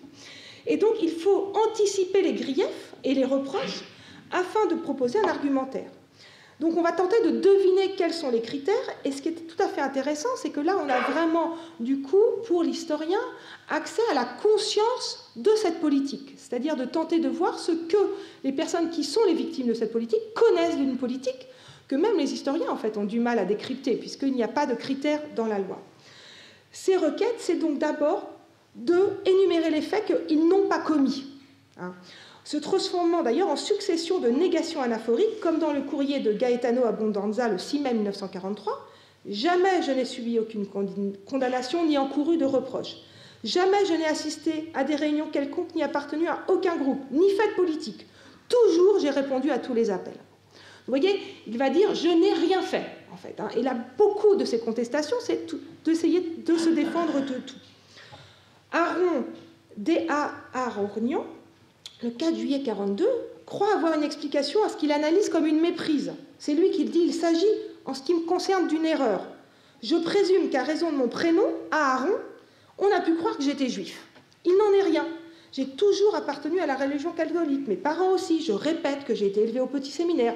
Je joins à la présente requête certificat de baptême, certificat scolaire, certificat de première communion et copie de toute pièce militaire. Donc vous voyez, il va tenter d'anticiper, alors que, comme vous l'avez vu, il n'y a aucun motif antisémite clairement dit et avoué dans la loi du 22 juillet 40. On ne la range pas d'ailleurs dans la politique antisémite de Vichy. Je pourrais y revenir. Donc il s'agit de construire des stratégies de défense à l'aveugle, sans connaître les faits, et de tenter de s'adapter aux normes présumées d'un État qui identifie et discrimine sur des caractéristiques politiques et ethniques. Et l'analyse du corpus permet d'offrir du coup une fenêtre précieuse sur les manières qu'ont ces exclus de vivre, comprendre, lire les mesures qui les touchent. Pour contester, la deuxième chose, c'est de mettre en évidence par tous les moyens l'appartenance nationale à la France. L'argument de la fracité constitue la colonne vertébrale des requêtes. Dans cette lettre qui est écrite par Adrien Descrès, le mot « France » figure 2 fois tel quel, mais revient à 15 reprises dans les différentes déclinaisons, en substantif et adjectif. Il est famille de vieilles souches françaises, de mère française. Il est venu en France à l'âge de 7 ans. Ses attaches sont françaises. Sa première épouse est française. Et puis, il s'est remarié avec une Française. Je suis remariée avec une Française, dont toute la famille est française. Mon beau-frère est ancien combattant. Toutes mes affinités sont bien françaises. La sœur de mon défunt français est également française. Aussi puis-je dire, sans nulle exagération, que anciens écoliers français, anciens soldats français, anciens navigateurs français, vivant au sein d'une famille entièrement française, j'ai sur le sol de France tous mes intérêts, tant moraux que pécuniaires, que la perte de mon état de français serait pour moi une véritable déchéance. Et cette anaphore autour de la France revient extrêmement souvent. Tous les requérants mentionnent la durée de présence sur le sol français, l'importance dans l'éducation des enfants. Hein. C'est Lyle Cohen qui dit avoir dans l'éducation de ses filles, elle en a fait de véritables Françaises, dignes de leur pays. Lucie, née à Salonique, ignore même la langue du pays où elle est née, ayant été instruite dès son plus jeune âge en français, témoignant, je la cite, d'une totale assimilation. Hein, et le mot assimilation, qui est un mot extrêmement en vogue chez les experts de l'immigration à l'époque, est repris par la requérante, ce qui est tout à fait intéressant, pour voir l'intériorisation des normes par ces personnes. Deuxième chose qui va avec, l'unité de la famille française, pour porter le fait que, très souvent, il y a un partage de la nationalité dans la famille, et le fait de dénaturaliser l'un va faire qu'on ne va plus partager la même nationalité. Vous voyez bien que cet argument, c'est un argument qui est relativement qui peut être compris pour ceux qui savent que la manière de naturaliser va faire une très très grande partie à la famille. Mais sinon, en soi, ce n'est pas du tout un argument juridique recevable, le fait qu'il n'y a pas de partage de nationalité. Or, là, il va vraiment dire, oui, enfin, c'est Franz Tepus, hein, qui est d'origine allemande, qui d'ailleurs signe François, hein, Monsieur François Tepus, et qui va dire, ma femme et mes enfants, après votre décision, sont restés français, tandis que moi, chef de famille d'un foyer qui fut toujours français, je deviens un étranger pour eux, pour mes concitoyens et pour la société, ce qui me crée une situation bien pénible, étant donné les sentiments toujours nettement français qui furent cultivés en son sein, au sein de la famille. Ça m'amène aussi à voir que ces suppliques sont genrées. Genrées au sens où les hommes ne contestent pas comme les femmes. Tout à l'heure, Emmanuel parlait des veuves. Il est relativement intéressant, même si je n'ai que 104 lettres dans ce corpus-là, je n'ai pas ouvert plus de lettres et il serait possible de le faire plus. Donc je n'ai pas quantifié ces manières et ces grammaires. Donc c'est plutôt, si vous voulez, il faut me croire sur parole, je n'ai pas de chiffres pour essayer de défendre mon propos. Mais néanmoins, on peut voir que les hommes vont beaucoup plus interpeller les destinataires des courriers sur des valeurs de justice, d'intégrité, d'impartialité.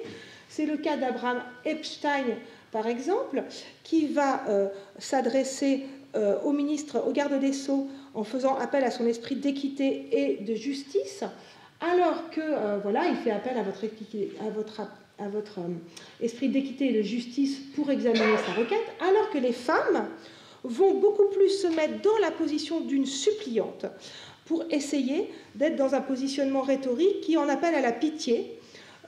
Alors, par exemple, cette lettre de Cécile Cohen qui dit avoir élevé donc avec beaucoup de soin, quoiqu'avec peine, ses enfants, et elle souhaite une réintégration dans la nationalité française qui serait une grande joie, car elle n'a d'autre pays que la France.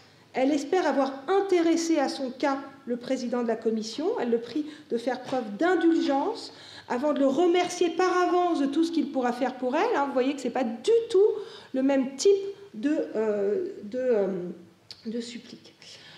Et puis, dernière chose, sur l'importance des entourages, là vous voyez une lettre qui a été une pétition de soutien en faveur de Charles Adorno, signée par 23 personnes. C'est pas rien en 1943 de pouvoir signer comme ça des pétitions en faveur des voisins, des employés. Les employeurs écrivent des lettres. Et il y a tout un ensemble de pièces qui accompagnent bien souvent les suppliques, et je n'ai pas du tout le temps de revenir sur le détail de ces places. Juste pour vous dire que malgré, vous voyez, l'arsenal des stratégies rhétoriques déployées, ces suppliques ont des effets extrêmement limités. En 1941, seuls 139 retraits de nationalité sont rapportés, 7,8% du total des recours, 68 en 42, 17 en 43, 5%, un seul en 44. C'est pour ça que je ne l'ai pas mis, il n'y en a vraiment quasiment aucun. Donc c'est tout à fait intéressant aussi de voir que ces recours sont quasiment sans issue, à deux exceptions près. Qui sont ceux qui réussissent?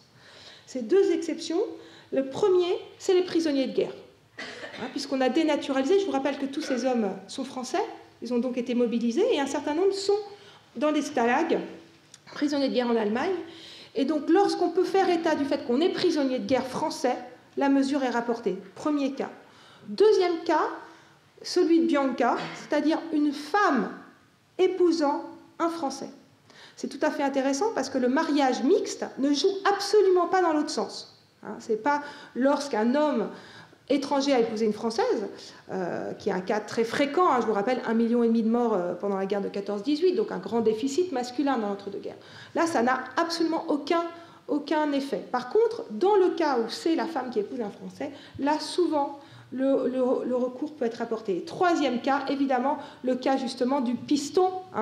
Et ce qui est intéressant, la recommandation, là, il y a plusieurs cas que j'ai trouvés dans mon échantillon, de personnes qui connaissent André Mornay, évidemment, vous avez vu les proches de Pétain, etc.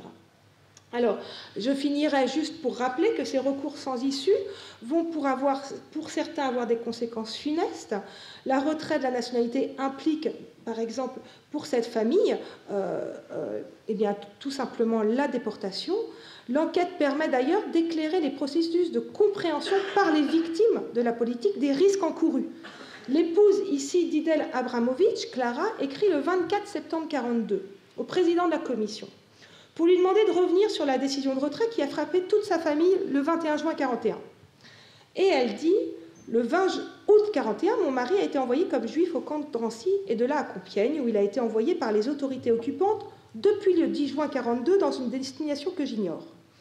Depuis cette date, je suis sans nouvelles. C'est pour mes enfants et pour moi une séparation qui nous rend bien malheureux et tristes. J'ai toujours parlé la langue française et élevé mes enfants dans l'amour de la France. Mes enfants, un, Roger, actuellement étudiant en 3e au lycée Arago à Paris, 2, Jean, né en 29, élève au lycée Arago Paris. Je vous prie notamment, Monsieur le Président, de bien vouloir noter que de tout mon cœur, je désire ardemment conserver la nationalité française pour nous tous. Et j'aime à espérer que vous donnerez une suite favorable à ma demande. Donc vous voyez bien qu'elle a parfaitement conscience du danger au vu de la déportation de son mari, qu'elle le met dans sa lettre, qu'elle essaye de contester en arguant de ça. La commission demande une enquête pour instruire la demande de révision.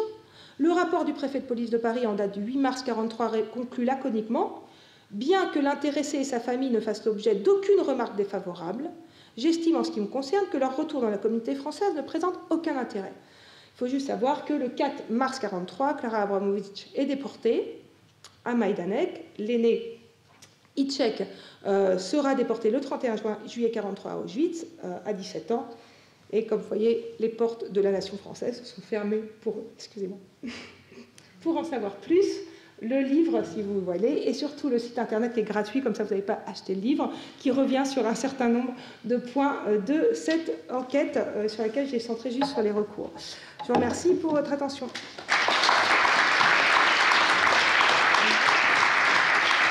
Merci Claire. Il faut lire le livre de Claire et pas seulement aller sur le site. Lisez-le, c'est un livre absolument extraordinaire. À la fin du livre, on apprend qu'un certain nombre de membres de la commission ont fini avec la Grande Croix de la Légion d'honneur. C'est quand même... et là, on se dit que quand il n'y a plus de tribunal, quand il n'y a plus de justice, il reste au moins le tribunal de l'histoire. C'est un des enseignements qu'on tire du livre de Claire. Je vais maintenant donner la parole à Laure Levitz.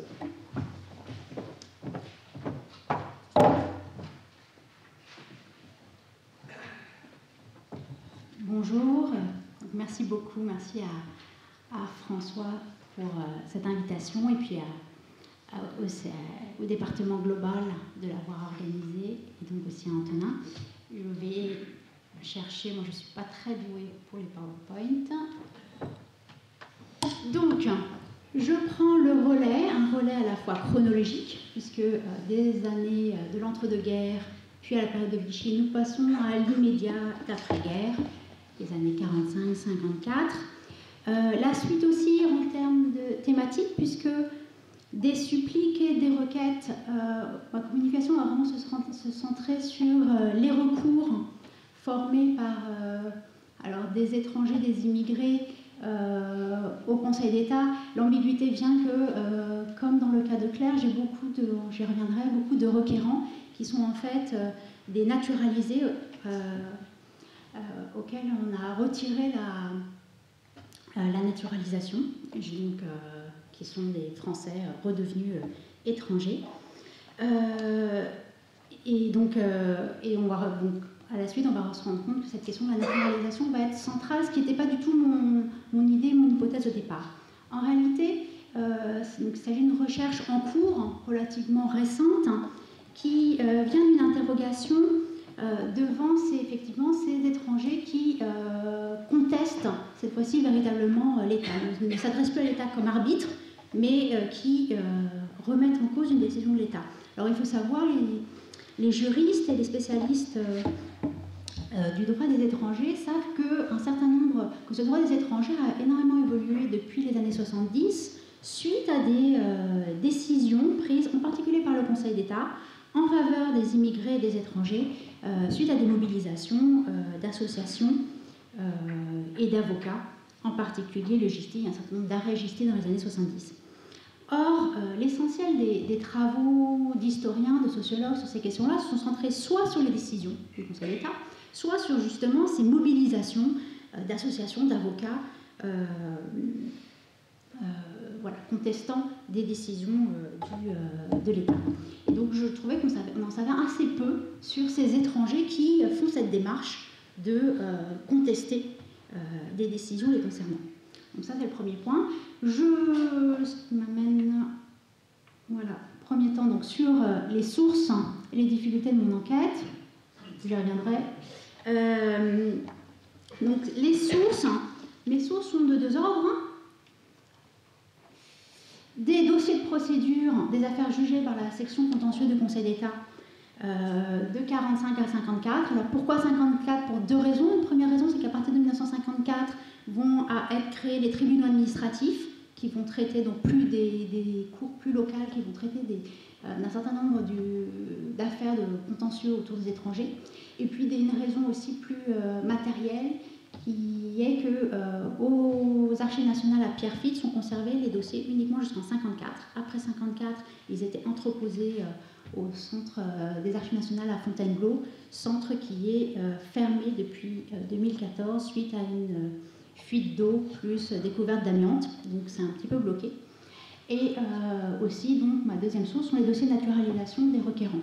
Alors, je suis un petit peu frustrée par rapport à mes deux camarades, à savoir que les dossiers de procédure sont sous dérogation en tant que dossier judiciaire, et donc j'y ai accès par des dérogations, mais je n'ai absolument pas le droit de prendre des photos, donc je ne peux pas vous montrer matériellement à quoi ressemblent mes sources. Heureusement, j'ai des dossiers de naturalisation qui, eux, ne sont pas sous dérogation, donc je vais avoir quelques affaires. Donc, voilà, ma seule photo en couleur, j'en profite, vous en profitez. Le Conseil d'État. Donc, particularité, donc je travaille sur le Conseil d'État, qui est quand même une institution assez spécifique dans le système judiciaire français. Pourquoi spécifique? Tout d'abord parce que, en tout cas, toutes les procédures au Conseil d'État dans la section contentieuse sont des procédures entièrement écrites. Et les juges, les conseillers d'État ont à travailler sur ces productions écrites. C'est-à-dire que le requérant fait un recours, donc on a le texte du recours, après il va déposer un mémoire pour accompagner son recours, moyennant quoi le Conseil d'État va adresser ce recours et ce mémoire aux administrations concernées, aux ministères attaqués, qui eux vont répondre par des observations au recours, et le requérant après peut répondre aux observations par un mémoire en réplique. Donc on a ce qui est à la fois utile pour l'historien, c'est qu'on a ces ressources écrites, parce que les procès, vous savez, au contraire, prévaut l'oralité des débats, et on n'a pas de traces, par exemple, dans les archives, des plaidoiries des avocats, etc., dans les archives judiciaires. Donc là, l'avantage, c'est qu'au contraire, on n'a que des productions écrites. Mais donc, il n'y a pas d'audience, il n'y a pas de plaidoirie. Donc ça, c'est le premier point. Et donc, les conseillers d'État eux-mêmes travaillent sur ces dossiers, sur ces productions écrites.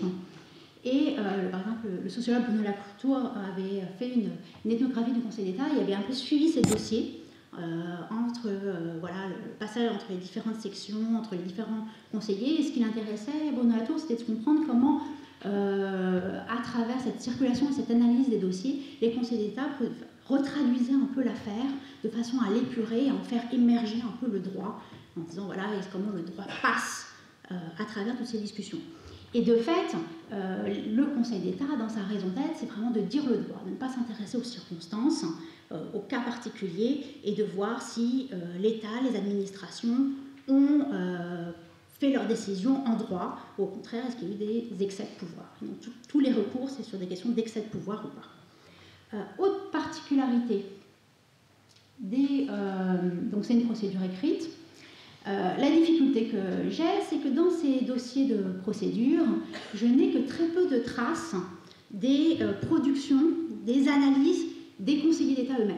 C'est-à-dire que j'ai toutes les mémoires, les réponses des administrations qui ont vraiment, sont sommées de rendre des comptes, j'y reviendrai en fin de communication, mais les conseillers d'État eux-mêmes analysent très peu, ne laissent très peu de traces de leur analyse. Et j'ai interrogé les archivistes, et ils me disent effectivement, aujourd'hui encore, le Conseil d'État, pour des raisons de confidentialité, ne dépose pas les pièces qu'il produit. On a juste la décision finale, mais on n'a pas les rapports intermédiaires.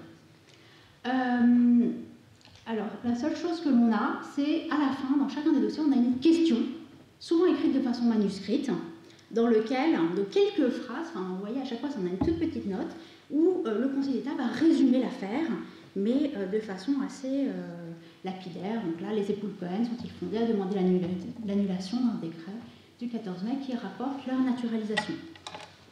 Donc, voilà, pour faire une... J'y reviendrai à la fin. Pour essayer de comprendre les décisions, on manque un petit peu d'éléments.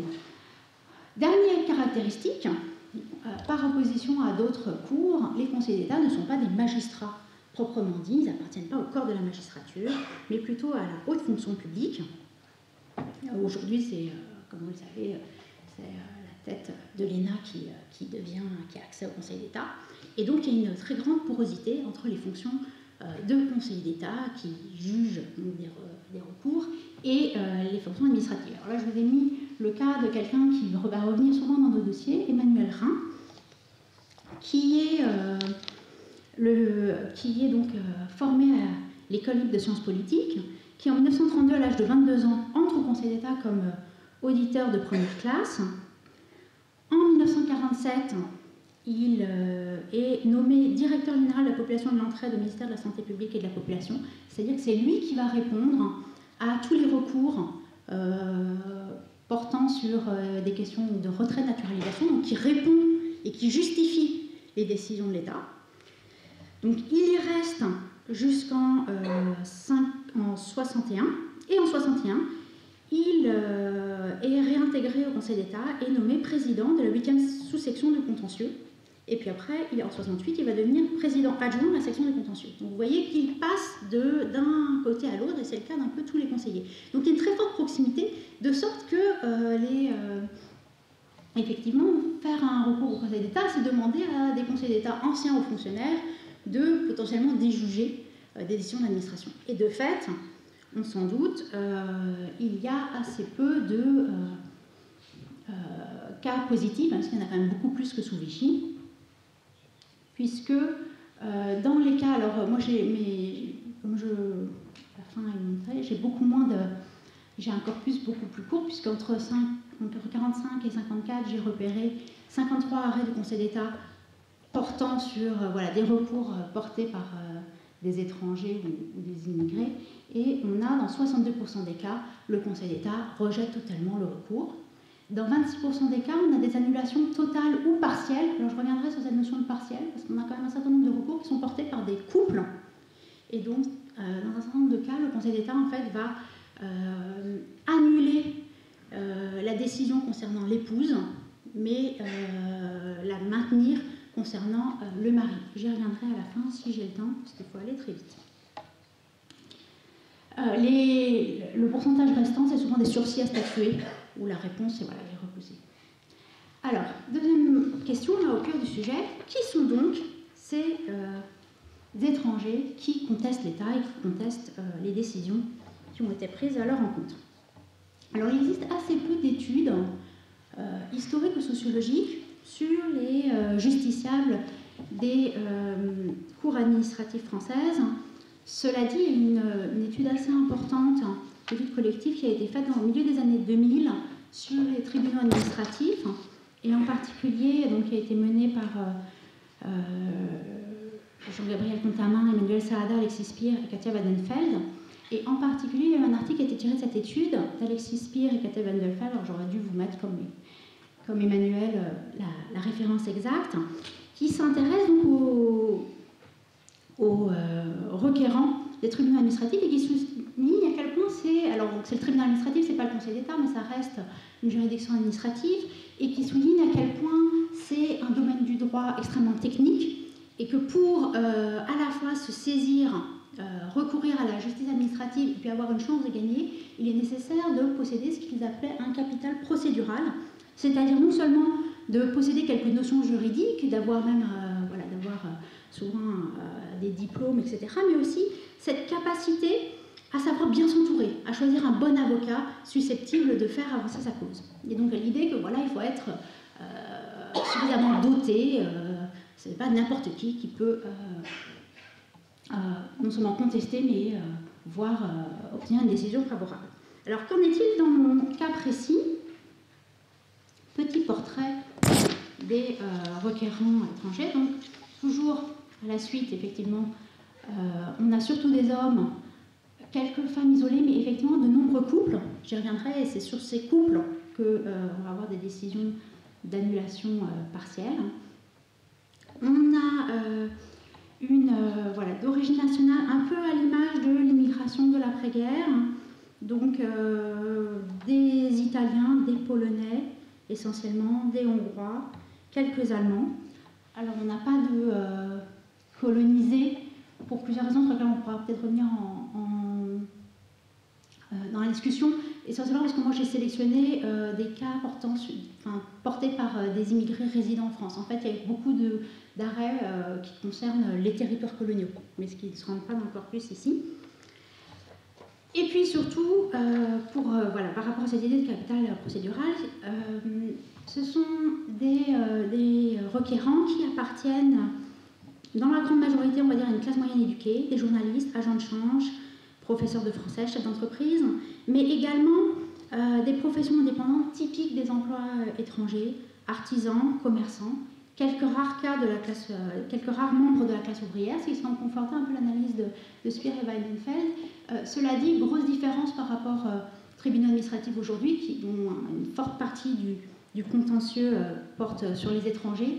Aujourd'hui, c'est avant tout des immigrés en situation illégale, surtout des questions de papier, alors que là, on a plutôt, on y reviendra, on va dire, des immigrés intégrés, entre guillemets, résidant en France depuis une vingtaine d'années au moins, et maîtrisant relativement bien la langue française, autant qu'on puisse en juger. Alors, sur quoi porte-t-il? Quelle décision est-elle contestée? Je vais essayer d'aller très vite parce que le temps file également. Donc 63% des recours sont liés à des pertes ou des refus de naturalisation. 27% sont liés à des expulsions ou à des refoulements, donc liés des questions d'interdiction de séjour, et le reste sont des questions diverses, en particulier des refus de cartes de commerçants étrangers. Donc, la question qui nous lie dans nos trois interventions, c'est qu'en est-il de réclamer son droit?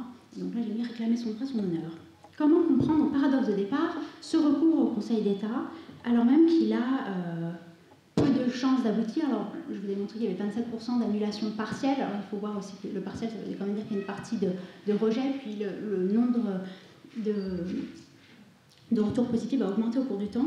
Mais il apparaît que ce n'est pas forcément un calcul rationnel de faire un recours au Conseil d'État, surtout que la procédure est longue, coûteuse. Je l'ai pas dit, elle dure plusieurs années, il faut un avocat particulier.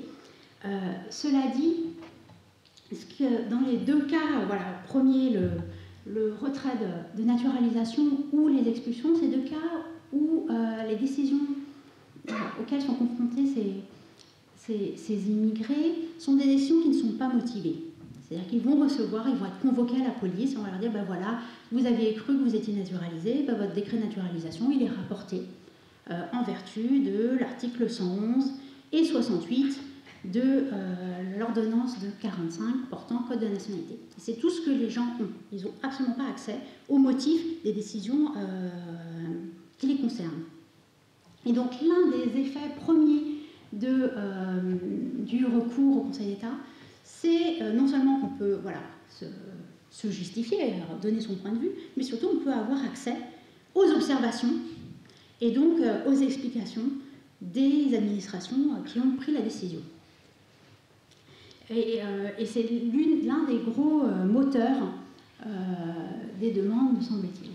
Deuxième point, en ayant accès, alors un peu comme dans la présentation de Claire, dans le premier texte, le premier mémoire qui porte le recours, le requérant, ou les requérants, ou la requérante, vont essayer d'anticiper la raison pour laquelle ils ont été l'objet de cette décision. Et puis plus encore, après, ils vont répondre aux observations et aux raisons véritables. Et c'est là que l'on se rend compte, toute l'ambiguïté de la procédure. Le Conseil d'État est censé répondre en droit. La seule chose qu'il est censé juger, c'est est-ce que la décision était fondée juridiquement ou pas. Cependant, aux observations, les requérants se rendent compte que s'ils ont été l'objet d'une mesure d'expulsion ou si leur naturalisation, leur décret de naturalisation a été rapporté, c'est avant tout pour des questions morales ou politiques. C'est parce que l'administration a mis en doute leur probité, leur moralité, leur attachement politique. Donc on voit qu'un certain nombre des raisons invoquées, ce sont dans les années 45-48 surtout, c'est surtout des faits liés à la guerre, collaboration à l'occupation nazie, sympathie avec Vichy, mais bien vite proximité communiste, surtout à partir de 47-48, au moment des grandes guerres de 48, l'un des reproches va être engagement communiste, mais également des considérations de l'ordre, on va dire, plus moral, instabilité conjugale, comportement sexuel immoral, voire mauvaise moralité liée à des condamnations, parfois assez faibles, quelques mois avec sursis pour recel, infraction à la législation sur l'échange. Et donc, dans la plupart des dossiers, les requérants vont aussi essayer de répondre à ces accusations d'immoralité, vont dénoncer les mensonges dont ils sont victimes, des complots de la part de leurs voisins ou de concurrents qui auraient fait des fausses déclarations, et donc ils sont là à se défendre du point de vue de la morale. Ils vont produire, j'aurais aimé vous montrer, mais je n'ai pas pris une photo, chaque dossier est rempli de témoignages, attestations des voisins, des médecins, des employeurs, pour montrer la probité, la bonne foi et la moralité du requérant. Ils vont aussi, bien souvent, mettre en avant leur histoire personnelle, se mettre en scène. Alors j'ai un certain nombre de cas qui fait un peu écho au cas précédent, par exemple, un dont je parlerai plus tard, un Leibel Zerzantowicz, un brocanteur né en Pologne en 1895, qui est naturalisé avec son épouse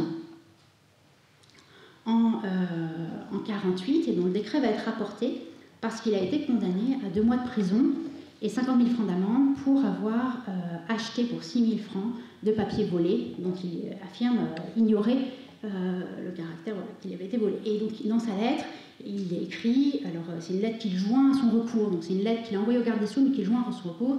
Il dit ça va vraiment écho avec le cas précédent, la France est ma véritable patrie. En 1939, je me suis engagée volontairement. Alors, dans le travers des dossiers, ils vont mettre en avant leur engagement en 1939. Mon fils Serge est français, vient de faire son service au Maroc. Toutes mes attaches et tous mes intérêts sont en France. Il me serait extrêmement pénible de me voir refuser la qualité de français. Et puis il ajoute, je me permets de rappeler aussi que j'étais déporté en Allemagne à Auschwitz avec ma première femme, mon fils Robert, mon frère Maurice, sa femme et leurs 4 enfants, ma sœur Svelta et ses 2 enfants sont tous morts à Auschwitz et je suis le seul survivant. Je vous serai reconnaissant d'avoir égard à ces épreuves passées et de maintenir la naturalisation qu'on va accorder. Donc là aussi, essayer de mettre en avant son histoire personnelle pour obtenir gain de cause. Alors là, toute l'ambiguïté, c'est que dans les réponses des administrations, les services des ministères jouent sur les 2 plans. C'est que d'un côté, ils répondent, mais n'oubliez pas que le Conseil d'État ne doit juger qu'en droit. Et en droit, la requête, le recours ne tient pas. Et en même temps, répondent toujours du côté de la morale et du politique en disant mais voilà, il a été condamné, ça montre bien dans le cas dont je viens de parler que c'est un mauvais commerçant et qu'il ne mérite pas la qualité de français. Et donc dernier point avant que je ne sais plus combien de temps j'ai mais très peu, qui parle, alors là c'est le point, un des points récurrents de nos 3 interventions. Bien entendu, il est toujours bien difficile de savoir qui parle réellement, surtout dans mes dossiers qui sont extrêmement codifiés, qui ont été réécrits par des avocats. Alors la présence d'avocats n'est pas obligatoire, donc il y a des dossiers avec avocats, d'autres sans avocats, sachant qu'en plus au Conseil d'État, il faut des avocats assez particuliers, des avocats dits avocats au Conseil d'État. Ce qui explique aussi, je ne l'ai pas dit, une très très grande majorité des requérants qui habitent l'Île-de-France, et en particulier Paris. Ce qui montre à la fois leur portrait sociologique et peut-être la difficulté de la procédure.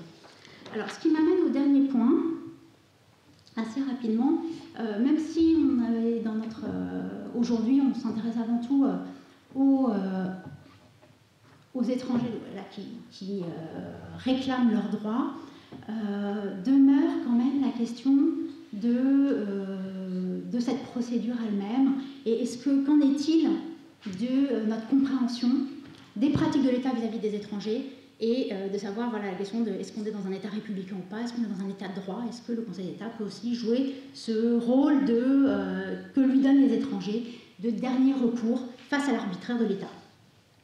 Alors, de fait, l'intérêt de cette approche a été justement de donner à voir des pratiques administratives parfois oubliées, alors en particulier cette question des retraits de naturalisation qui a été assez peu étudiée.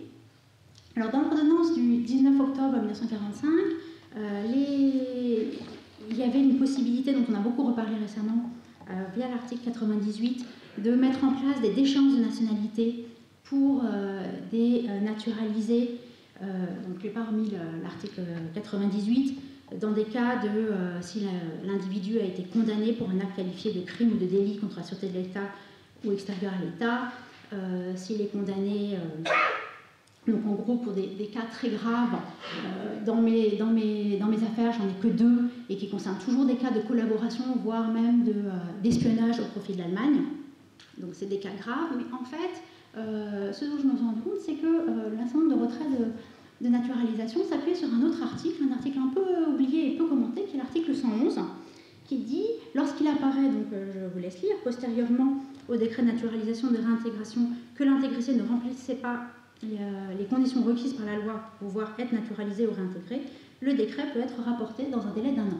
C'est-à-dire qu'un an après la naturalisation, si des éléments nouveaux apparaissent, l'administration, le ministère de la population se donne le droit de retirer la naturalisation, il nous reste 5 minutes, de retirer la naturalisation qu'il avait accordée et à partir donc les conditions requises par la loi, c'est en s'appuyant sur 2 autres articles qui eux sont assez connus, qui sont l'article 68 et la suite de 69. L'article 68 dit que pour être naturalisé, il faut être de bonne vie et meurt.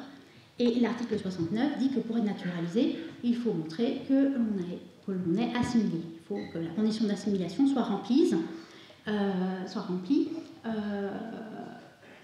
Et l'article 69 dit notamment par la bonne maîtrise du français, et tout est dans le jeu du notamment.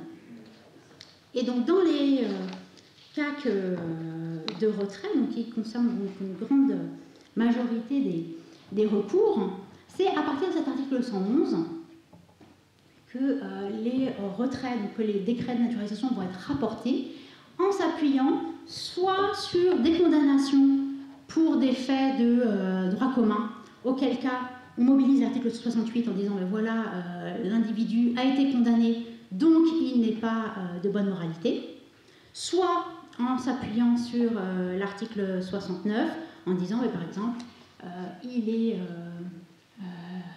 il montre, donc, parce qu'il est communiste, alors c'est dit plus ou moins explicitement, il a des liens avec l'étranger, avec des ressortissants hongrois, etc. Donc il n'est pas loyal à la France, donc il n'est pas assimilé. Donc c'est toujours dans cet lien avec les deux. Donc dans la grande majorité des cas, cet article 111 va être utilisé donc, contre des communistes dans le contexte des guerres de 47, des grèves de 47, ou également pour des questions de droit commun, comme dans le cas voilà, de Servantovich dont je vous ai parlé tout à l'heure, et donc avec des conséquences parfois, bon, pas aussi dramatiques que sous Vichy, mais quand même assez sérieuses, puisque pour les Polonais et pour les Italiens, la naturalisation ayant entraîné la perte de leur nationalité antérieure, avec le report de leur décret de naturalisation, ils deviennent apatrides.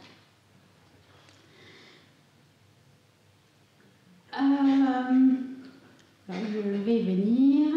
Donc, tout dernier, en quelques minutes, la grande question, le point difficile, c'est comment comprendre les décisions du Conseil d'État et en particulier les rejets ou annulations. C'est-à-dire peut-on faire une espèce de sociologie de la jurisprudence du Conseil d'État, sachant que toutes les décisions auxquelles on a accès sont des décisions uniquement juridiques et extrêmement techniques. Là, ce qu'il y a, c'est que lorsque on fait une espèce un point sur mes 53 cas, on se rend compte que tous les requérants qui sont accusés de fait de collaboration pendant la guerre font systématiquement l'objet d'un rejet du Conseil d'État, c'est-à-dire que le Conseil d'État suit la décision administrative. En revanche, dans les cas concernant les communistes, la décision de retrait de la naturalisation est systématiquement annulée. Et dans un certain nombre de cas de droit commun, en particulier sur des condamnations les plus légères, la décision est annulée. Donc on se rend bien compte que le